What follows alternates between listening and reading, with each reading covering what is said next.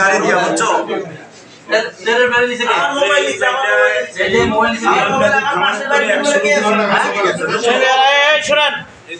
একজনের দিকে কথা বলবেন না।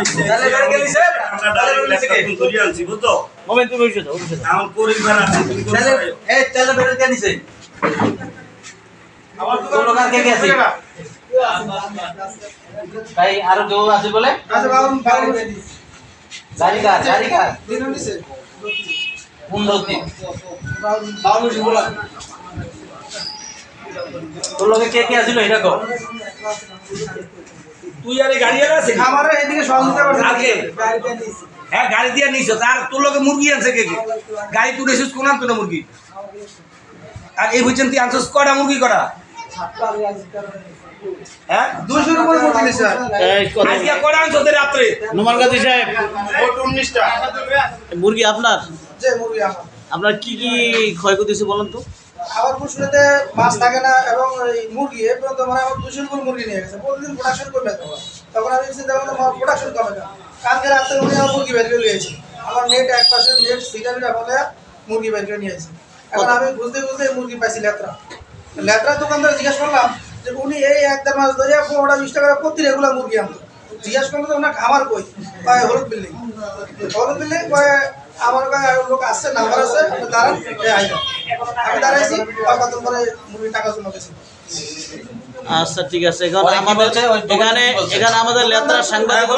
নোমান ভাই আছে প্রতিদিন 15-20 টাকা মুরগি দিয়ে যায় খাবার আছে 120 মুরগি আছে লাস্ট আছে এগুলো বেচবো। কালকে কত মুরগি গেছে কালকে আমার মুরগি আছে মানে 70-80 পিস হইব আনুমানিক কত টাকা আনুমানিক একটা মুরগি 80 ওনারা ধরছেন কিভাবে ওনারা বলছি আমার একজন বলছিল যে আপনার ইয়ার থেকে মুরগি নিছে নি আপনি একটু দেখেন কারণ এইভাবে হিসাব করে মুরগি নিছে বস্তা বইয়া একদিকে মুরগিগুলি জবাই করে নেয় নাই না আরাম আচ্ছা আপনার মুরগির আনুমানিক কত টাকা বলবো এটা বলুন এখন যে কালকে যে মুরগিটা নিছে এটার আনুমানিক মূল্য মনে করেন 42,000 টাকা আর আগে যে আমার 100 মুরগি গেছে গা ওটার মূল্য আমার 1,30,000 টাকা কারণ 700 টাকার একটা মুরগি পিস অলরেডি বস্তা বসছে। আচ্ছা ঠিক আছে লেয়ার মুরগি ঠিক আছে ডিমের মুরগি ঠিক আছে ধন্যবাদ আল্লাহ রাজি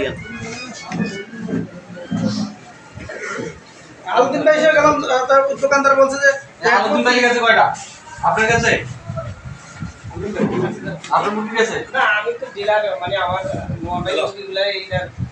যে টাকাগুলো আমি মানে খাবার টাবার ওষুধ মেডিসিন এগুলো আমি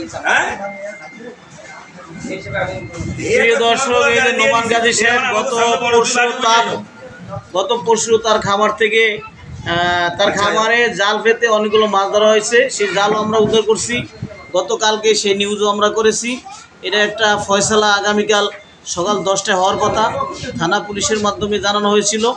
পরবর্তীতে এটা স্থানীয়ভাবে ফয়সালা জানানোর তারিখ হয়েছে ইতিমধ্যেই আবার আজকে রাত্রে নোমান কাজীর এইভাবে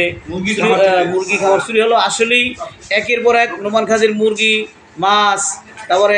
এইভাবে তার কিন্তু ক্ষয়ক্ষতি হচ্ছে শুধু নোমান কাজী না আমাদের এলাকায় আরও অনেক ক্ষয়ক্ষতি হচ্ছে কিন্তু একের পর কারা করে আমরা ধরতে পারতেছি না